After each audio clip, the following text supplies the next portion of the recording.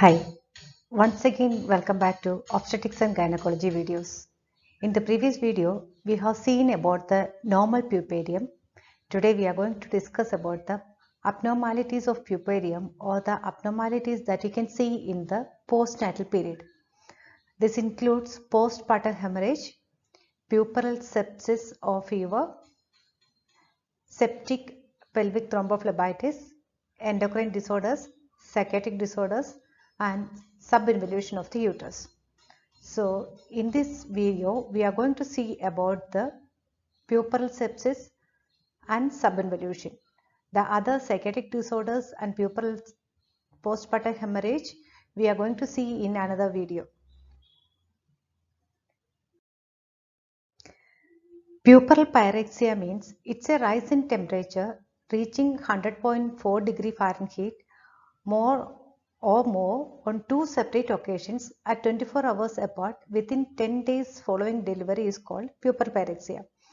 That is, if the temperature of the mother is increasing more than 100.4 degrees centigrade after the delivery within 7 days on two separate occasions, that we can call as puerperal pyrexia, and these two separate occasions should be at an interval of 24 hours. That is once in a day when you are checking if the temperature is 100.4, it is not puerperal pyrexia. In the next day, that is after 24 hours also, once again if you are getting the same temperature, that is minimum 100.4 degree Fahrenheit, then only you can tell that it is puerperal pyrexia.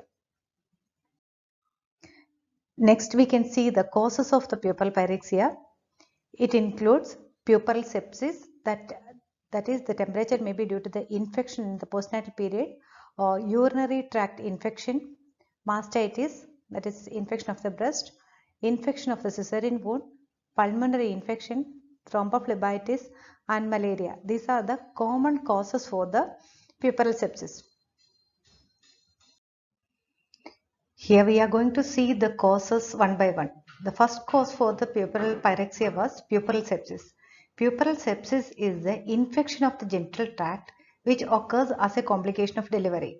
That is, after the delivery, if there is an infection of the cervix, vagina or uterus or endometrium, that is known as even the infection of the perineal wound, that is also coming under the puerperal sepsis.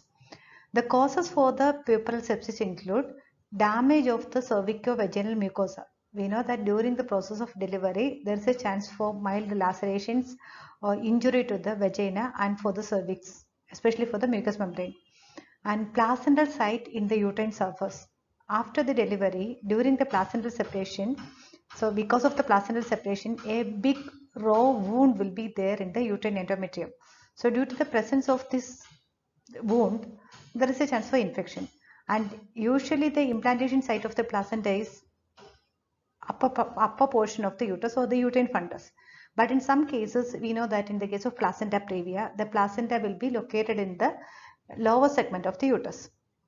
In that cases, this open wound will be enclosed with the external or os of the cervix. That is, it is having close relation, that wound is having close relation with the outside environment. So there is a chance for easy access of microorganisms, that is through the vagina it will go to the cervix, and from the cervix it will directly enter very easily into the placental surface area if it is in the lower area. So the placental site also matters, and the presence of blood clots inside the uterus, that is if the blood is getting stagnated inside the uterus, or if bits of placenta is remaining inside the uterus, these things will get necrosed, that is dead tissue will remain over there, so that itself will act as a source of infection. And another reason is introduction of organism from outside. For example, when you are doing the vaginal examination during the delivery, and when you are even for after the delivery, if you want to evacuate, empty the uterus, you may do the manual evacuation, so you may introduce hands into the uterus. So those things may introduce the infection. If you are not maintaining strict surgical asepsis, there is a chance for introduction of microorganisms into the uterus. Not only to the uterus, it may get introduced even to the cervix or to the vagina. If mild wound or something is there, means so that wound may get infected. And even the episiotomy wound also, when you are doing the wound care, if the nurses or the person who is giving wound care is not maintaining strict aseptic practices, there is a chance for infection of the episiotomy wound also. Next is the predisposing factors for the puerperal sepsis. It includes antepartum factors and intrapartum factors. Antepartum factors means the factors that are coming during the pregnancy time. It includes malnutrition and anemia. If the mother is having anemia, if the mother is malnourished, naturally her immunity will be less and there is more chance for infection. And another one is preterm labor. In the case of preterm labor also, there is a chance for, especially if premature rupture of the membrane is there, after the rupture of the membrane, if the labor is getting prolonged, the chance for infection is more. Actually, the purpose of the fetal membrane is giving protection to the fetus and for the uterus. So when this membrane are getting ruptured or when it is getting ruptured, chance for infection will be increasing. And another one is debilitating illness. That is, if the mother is having severe diseases, for example, if she is having cancer or if she is having HIV, those diseases which will reduce the immunity of the mother. So in such cases, chance for infection will be more. And another reason is prolonged rupture of the membrane before 18 hours. If the membranes are rupturing so earlier, already I told you that its function is protection, and when it is getting ruptured, even if you are doing normal pyovaginal examination also, there is a chance for introduction of organisms and that may produce infection to the uterine endometrium. And next is intrapartum factors. This also include repeated vaginal examinations. So here it is very clear that when the number of vaginal examinations are increasing, chance for infection is also increasing. So it is better to reduce or restrict the number of vaginal examinations and prolonged rupture of the membranes. So as far as possible, you should preserve the membranes. You should not go for the artificial rupture of the membranes earlier and all. And if the mother is having cervical dilatation and contraction, it is better for her to take rest in order to preserve the membranes. So if the membranes are ruptured, chance of infection is more. And traumatic operative delivery. For example, during the time of delivery, if the mother is getting perineal tear or cervical tear, that additional wound also will be there. Wound is there means chance for infection is also more, that we know already. And another reason is hemorrhage. If bleeding is occurring during the delivery or if it is occurring after the delivery, naturally the hemoglobin level of the mother will come down and that leads to the anemia. And when the mother is anemic, naturally her immunity power also will be less. And another reason is retained bits of placenta. Not only the retained bits of placenta, even the fetal membranes are remaining inside the uterus, or if blood clots are remaining inside the uterus, or if bits of placenta is remaining inside the uterus, all these things are dead tissues. And these dead tissues, when it is getting stagnated over there, this itself will get infected and that infection may spread to the other areas. And another reason is placenta previa. Already I have told you that if the placenta is low lying or if it is in the lower segment of the uterus, after the separation of the placenta, the wound which is created by the separation of the placenta will be in close proximity with the external orifice. So there is a chance for infection. Another reason is cesarean section. In the case of cesarean section also, one reason is blood loss is more. And second reason is actually you are using a lot of instruments, and if you are not maintaining strict subjugal asepsis during the process or during the cesarean section, chance for infection is there. Even internally also chance for infection is there. And even after that also, if you are not taking care of the wound properly, surgical wound, cesarean section wound properly, chance for infection is more. So these are the causes for the puerperal sepsis. Next, we can see the common microorganisms which are producing the puerperal sepsis. The microorganisms may be aerobic or anaerobic. The aerobic microorganisms which are producing the puerperal sepsis include Streptococcus haemolyticus, Staphylococcus pyogenes, E. coli, Klebsiella, and Pseudomonas. And the anaerobic microorganisms include anaerobic Streptococcus, Clostridium welchii, and Clostridium tetani. These are the common organisms which are producing the puerperal sepsis.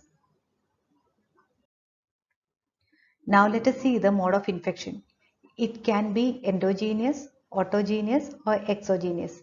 That is, if it is present inside the genital tract, that is, if the microorganism is there inside the genital tract itself, and if it is producing infection, that is known as endogenous infection, example streptococcus. And another one is autogenous. That is, in this case, the microorganisms will be there in somewhere else in the body, maybe in the anal tract, or it may be in the gastrointestinal tract, or it may be in some other portion of the body, and it will get migrated and it will come to the genital tract and it will produce infection of the genital tract. That is known as autogenous. Example is E. coli and streptococcus. And then last one is exogenous, that is from outside sources. Most probably, if you are doing in repeated vaginal examinations, or when you are doing cesarean section, if you are not maintaining strict aseptic practices, you may give a chance for exogenous infection. Common example for the exogenous infection is Clostridium tetani, that may produce the tetanus.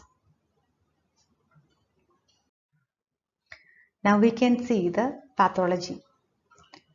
Usually, I told you that when there is an open wound or episiotomy wound or lacerations or something is there in the perineal area, there is a chance for wound infection.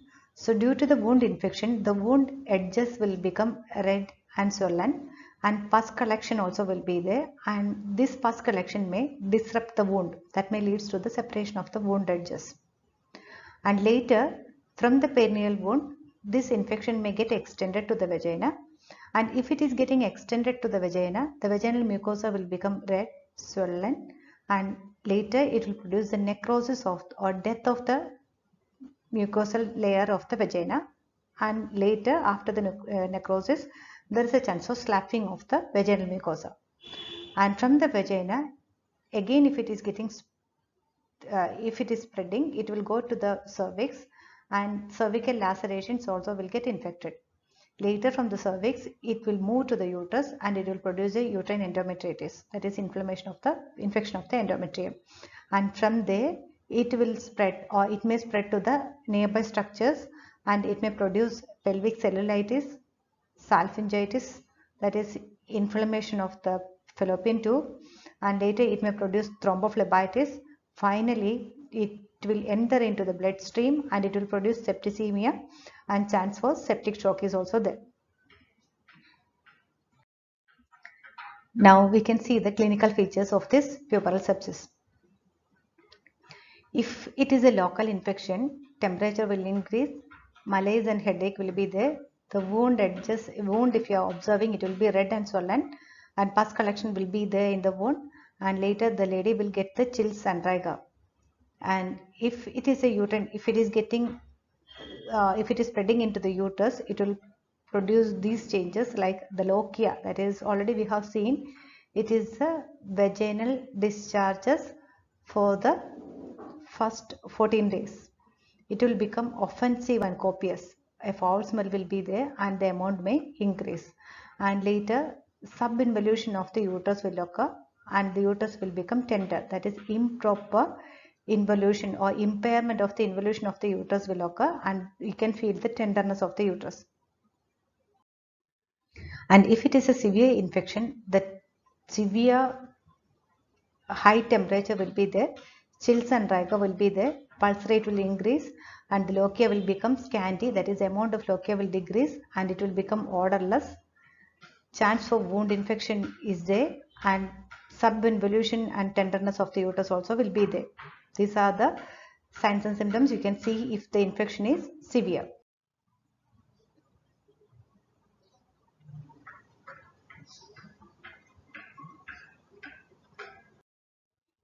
Now we are going to see how to diagnose this puerperal pyrexia and puerperal sepsis. In that, first one is proper history. You have to take the antenatal and intranatal history. Antenatal history means the history of pregnancy. You have to ask to the mother whether she got any history of anemia during the pregnancy, because already we have seen if there is an anemia, the immunity will be less and chance for infection is there. So you should suspect the infection.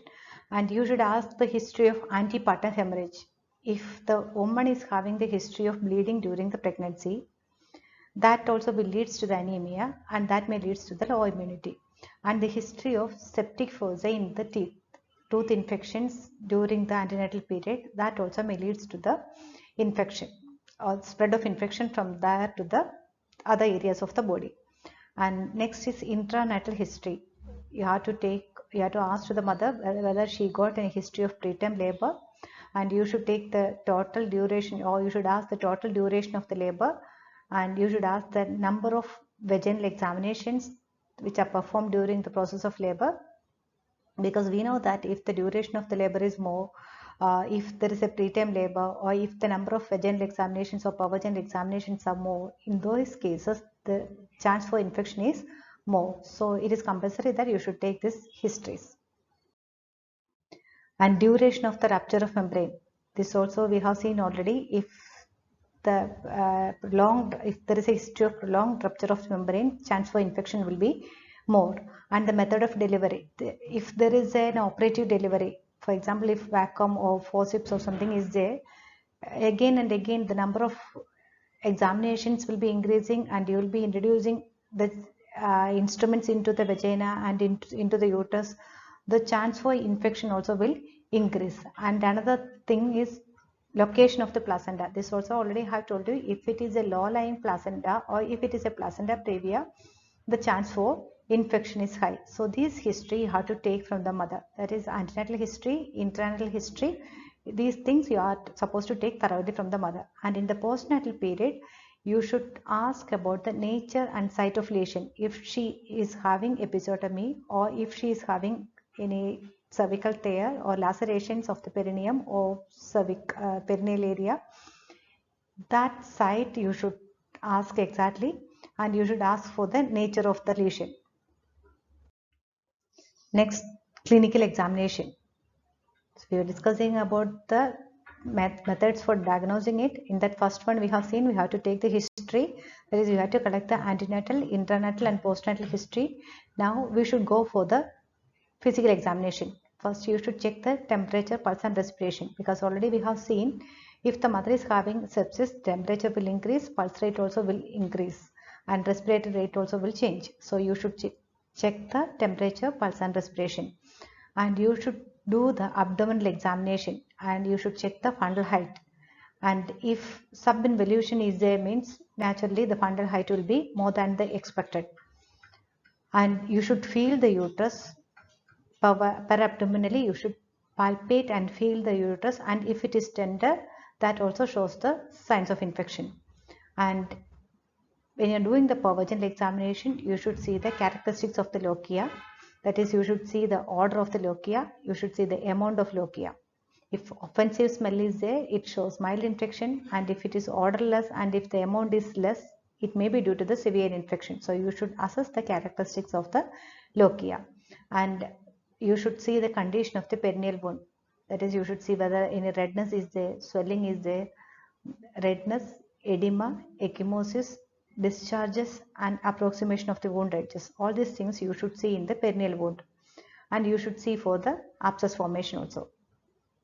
And when it is coming to the extremities, you should check for the presence of deep vein thrombosis and thrombophlebitis. Mainly you should check the Homan sign, and if it is positive, you can suspect the thrombophlebitis or deep vein thrombosis. Later I will teach you how to check the Homan sign. Next is investigations. For confirming the diagnosis, you can go for the investigations. You can take the vaginal swab and you can send it for the culture, so that you can identify the organism exactly. And you should take the blood for the total count, differential count, and for the culture. And finally, you can perform the ultrasonography in order to identify the exact location and spread of infection. Next, prophylaxis. In the antenatal period, you should take measures to improve the nutritional status and decrease the anemia. In the intranatal period, whenever you are handling the mother, you should maintain strict aseptic practices, especially when you are doing the pervaginal examinations. And already I have told you, you should limit the number of vaginal examinations also. And if you are doing a cesarean section, prophylactically you should start the antibiotics. In the postpartum period also, when you are handling the episiotomy wound or when you are handling the lacerations, you should maintain strict aseptic practices. You should maintain the cleanliness of the wound, and it is better to restrict the number of visitors also. Next, we can see the treatment. You should give adequate fluids and calories for the woman, so it will improve her health status. And if anemia is there, means correct the anemia. If the mother is having pain, give analgesics. If she is having retention of the urine, catheterize the bladder and remove the urine. And prophylactically, you should start. Otherwise, also if she is having symptoms, you should start antibiotics. You can start gentamicin 2 milligram per kilogram IV, and along with that you can give ampicillin 1 gram IV or IM 6 hourly you can give. Next is surgical treatment. If there is a perineal wound and if it is severely infected, you just remove the stitches and it will allow for the passage of the pus collection. If pus is collected over there, it will help for the drainage of the pus. And after removing the pus stitch and after removing the pus, you just apply an antiseptic ointment over there.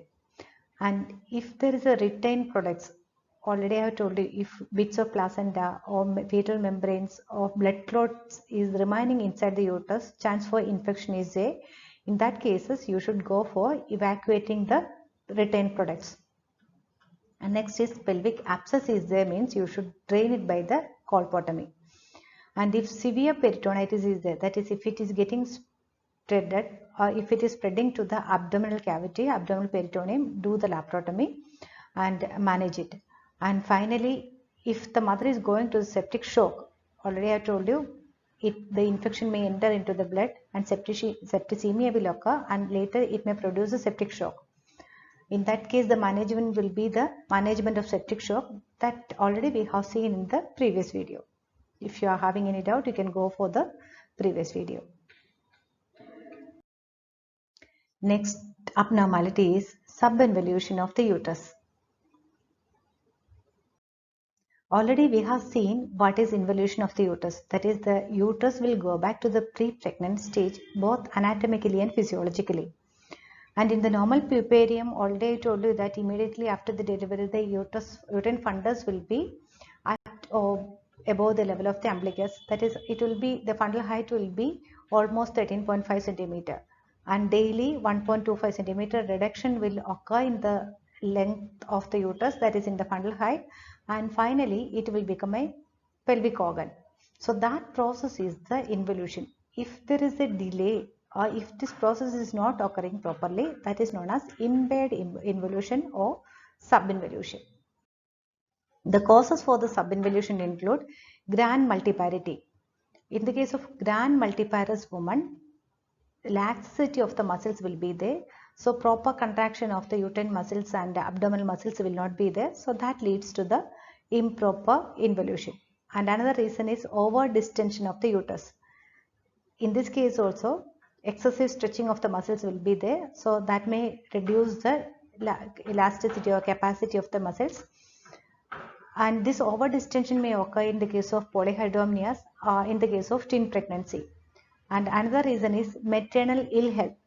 If she is having weak health or if the mother is weak, her muscles also will be weak, and that may lead to the, if the muscles are weak, it won't contract effectively, and that may lead to the subinvolution. And another reason is cesarean section. In the case of cesarean section, an open wound will be there in the uterus, and even if it is getting closed also, actually the muscles of the uterus is getting damaged. So when the muscles are damaged, its contraction won't be as like the normal muscles.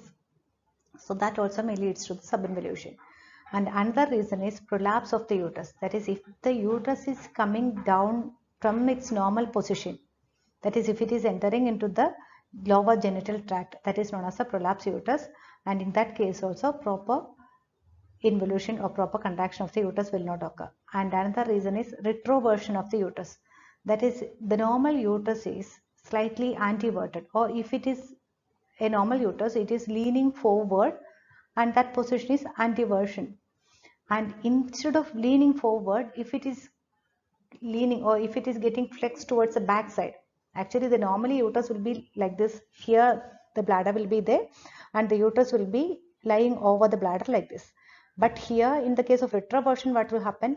Instead of having this anteversion, it will just go back to the back side. That is retroversion will be there. And next is uterine fibroid. If fibroid or tumor is there in the uterus, that will prevent the uterus from going back to the normal 60 gram and that normal 7.5 centimeter, because even if it is contracting, other areas are contracting also, the fibroid area will not get contracted.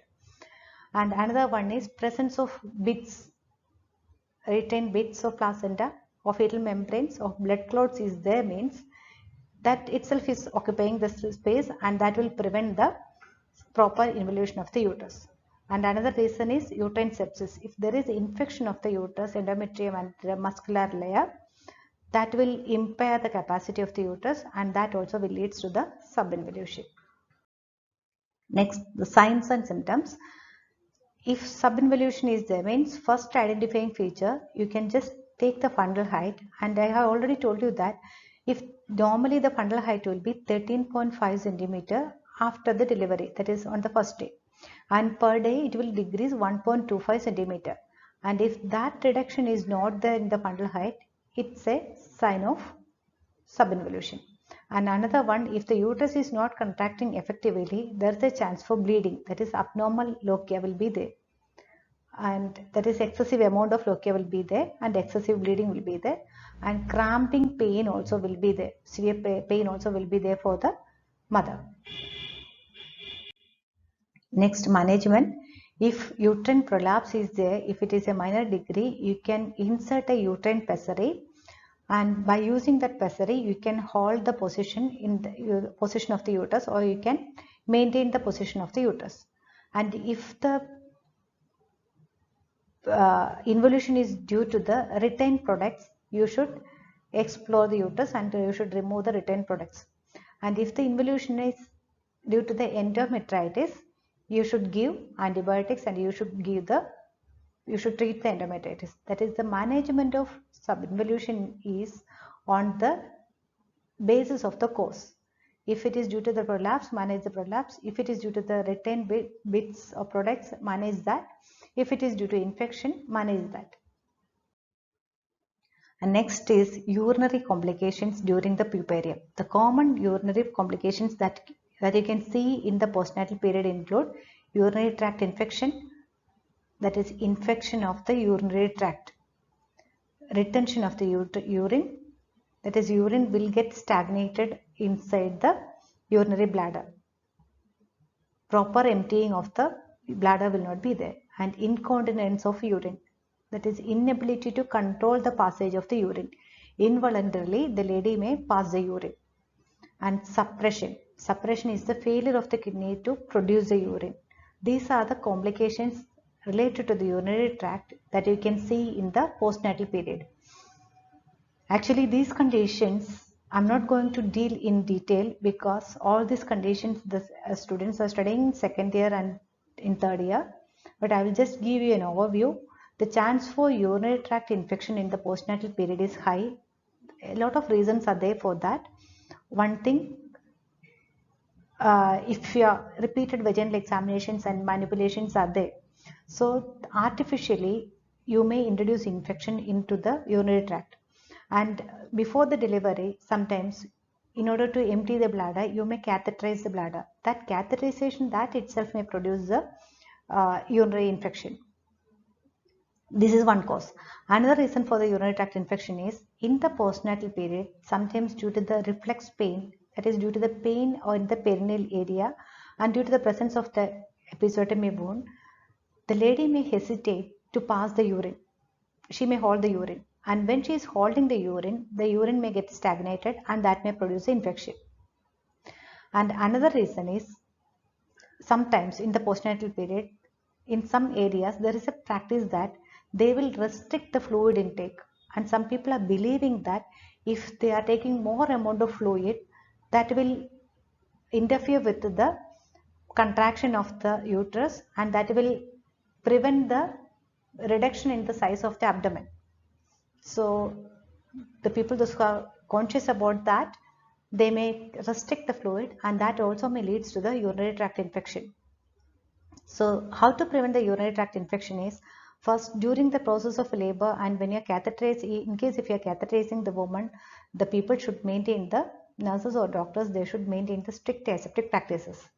That is from the side of healthcare workers. And when it is coming to the postnatal mother, after each urination and defecation, they should wash the perineal area thoroughly. That is one thing. And in the postnatal period, even if they are having pain also, they should not hold the urine for a long time. That may lead to the infection. And another reason, another one, they should not restrict the fluid intake. In the postnatal period, they should take plenty of fluids. By this way, they can prevent the urinary tract infection. And if it is there already, you can start the antibiotics after consulting the doctor. And if retention is there, you can try for the normal methods for relieving the retention. That is, you can give, sometimes the retention may be due to the reflex pain. So you can give analgesics to the woman, and you can educate her, or you can counsel her for relaxing herself, and you can take all the minor measures to allow the passage of the urine. And if it fails, you can go for the catheterization. And for the incontinence, involuntarily, if the lady is passing the urine, you should teach her the postnatal exercises. Our next video is about the postnatal exercise, especially the exercises that are strengthening the pelvic floor muscles, that we will be seeing in the next video. And next is kidney suppression, that is failure of the kidney to produce the urine. This actually may be due to the bleeding, or maybe due to the less fluid intake. So those things you should treat accordingly. Next is the breast complications that you can see in the puparium. In the breast complications, the most common problem or the most common minor issue that you can see is the breast engorgement. That is a stagnation of the fluid, breast milk and lymphatic drainage inside the breast itself. And majority of the ladies might have experienced it in their postnatal period. We know that from the third day onwards after delivery, the breast milk will start to produce. Till that, only colostrum will be there. And during this period, if the mother is not emptying the breast properly, that is, if the baby is not feeding properly, or if the baby is not sucking properly, this milk will get stagnated over there. Lymphatic drainage also will get stagnated over there, and that leads to the breast engorgement. So because of the engorgement, the lady will get severe pain, and you can, if you're palpating the breast, you can feel the tenderness and heaviness of the breast will be there, and temperature will increase, malaise will be there, and later the lady will get severe chest discomfort, and sometimes she may get even breathing difficulty also. And how to prevent it means, I told you that it is due to the improper emptying of the breast. So what you can do means, you can avoid pre-lacteal feeds. Don't give any other fluid or any other things to the baby. Feed the baby exclusively from the breast milk or from the breast. One thing is that it will help you to prevent the engorgement. Second thing, it will give your baby maximum immunity. And initiate the breastfeeding as early as possible. Feed the baby in the correct position. Practice exclusive breastfeeding. Already I told you that you should not give any other feeds for the baby till 6 months. And next is, give proper support to the breast if it is there. If breast engorgement is there, means you will be having a heaviness of the breast. So give proper support. And if the baby is not feeding regularly, or if the baby is not sucking effectively, manually you just express the breast milk, and you can use a breast pump for expressing the milk. And for the pain, you just give analgesics for the woman, and make the mother to feed the baby at regular intervals. Next problem is cracked and retracted nipple. The causes for the cracked or retracted nipple include formation of crust over the nipple. Already if the retracted, sometimes by birth itself, some of the ladies may be having retracted nipple, or sometimes it may be due to the trauma from the baby's mouth, and it may be due to the loss of surface epithelium. The management is attach the baby correctly to the breast, and if the mother is having loss of surface epithelium or mild trauma or injury is there, use nipple shield, and if it is a severe issue, express the breast milk until the crack or wound is getting healed. You just feed the baby by expressing the breast milk, and if the condition is persisting, you just go for the biopsy. Sometimes it may be due to some other reasons, or maybe a cancerous lesion. Next one is thromboembolic diseases. In the postnatal period, we know that already while we were discussing about the normal puerperium, I have told you that the blood clotting factors will remain high in the postnatal period, and that helps for the prevention of bleeding in the postnatal period. But the presence of, or due to the high amount of blood clotting factors and due to the less activity or less exercises, there is a chance for clot formation in the venous circulation, especially in the lower extremity. The types of thrombophlebitis include superficial venous thrombosis, deep vein thrombosis, and pulmonary embolism. Superficial venous thrombosis means only the involvement of superficial saphenous venous system is there.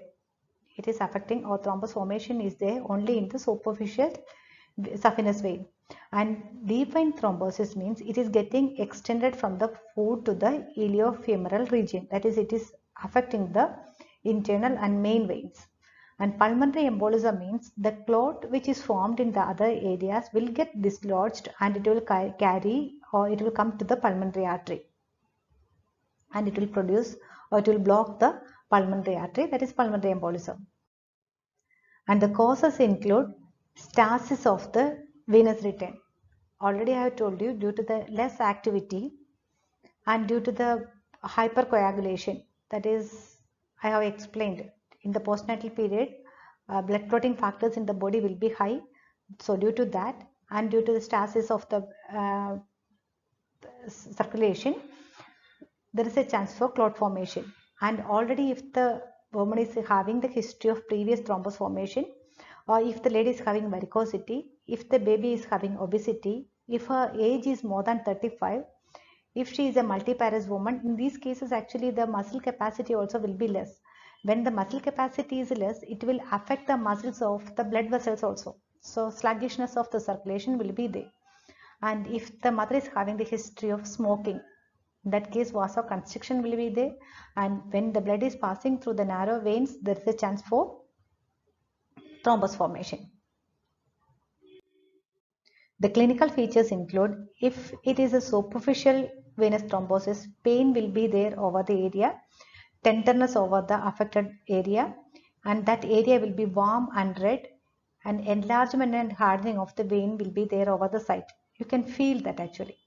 And if it is a deep vein thrombosis, leg pain will be there, tenderness of the calf muscles will be there, and swelling of the calf muscles also will be there, and that area will be red and warm, and Homan sign will be positive. Homan sign means when you are doing the dorsiflexion of the foot. That is like this, if you are doing the dorsiflexion of the foot without bending the knees, the lady will get pain in the calf muscles. If she is having pain in the calf muscles, it shows that the Homan sign is positive. And if she is not having pain, it is negative. If she is having pain in the calf muscles, it shows that deep vein thrombosis is there. Next is pelvic thrombophlebitis. If it is a pelvic thrombophlebitis, mild temperature will be there, headache will be there, pulse rate will increase, malaise will be there, and affected leg will be swollen, painful, and it will be pale and red. And that condition is known as phlegmatia alba or white leg. And if it is a pulmonary embolism, if it is getting dislodged and if it is blocking the pulmonary artery, it will produce dyspnea, cough, tachycardia, hemoptysis, elevated temperature, and chest pain. And soon lady will go to a stage of shock. And the diagnosis include, it can be done by the physical examination. That is, if it is a local one, local swelling, redness, all those things will be there. You can go for the Homan sign, venography, ultrasound examination, assess the prothrombin and thromboplastin time, clotting factors you just assess. The medical management include, if it is a superficial venous thrombosis, already I have told you that the lady will be having pain, so give analgesics, give adequate rest, elevate the affected leg, apply elastic stockings and do local heat application. This may reduce the problem. And you just start the anticoagulant therapy. You should dissolve the clots. For that, you just start the anticoagulant therapy, IV heparin 15,000 units for 5 to 7 days. And after that, it should be continued by the warfarin 7 mg orally for 3 months. And if a massive clot is there, means do the thrombectomy, that is open the vein and remove the clot. And if pulmonary embolism is there, if it is going to the pulmonary artery, resuscitate the woman immediately, go for the CPR, give oxygenation, start the heparin therapy and start the IV fluids to maintain the blood pressure. And for the thrombolytic action, for dissolving the clots, you just give the streptokinase IV 6 lakhs starting with the 1 lakh per hour. Total 6 lakhs you should give, starting you should start with 1 lakh per hour. And if the lady is having tachycardia, in order to counteract that, start the digitalis. And if emboli is there, means you can go for the embolectomy. Otherwise, you can place an aorta caval filter in order to prevent the entry of this emboli or clot into the mainstream. Thank you for watching this video. And balance abnormalities of the puparium, that is mainly the postpartum hemorrhage and psychotic disorders of the puparium, will be dealing in the next video. Thank you once again.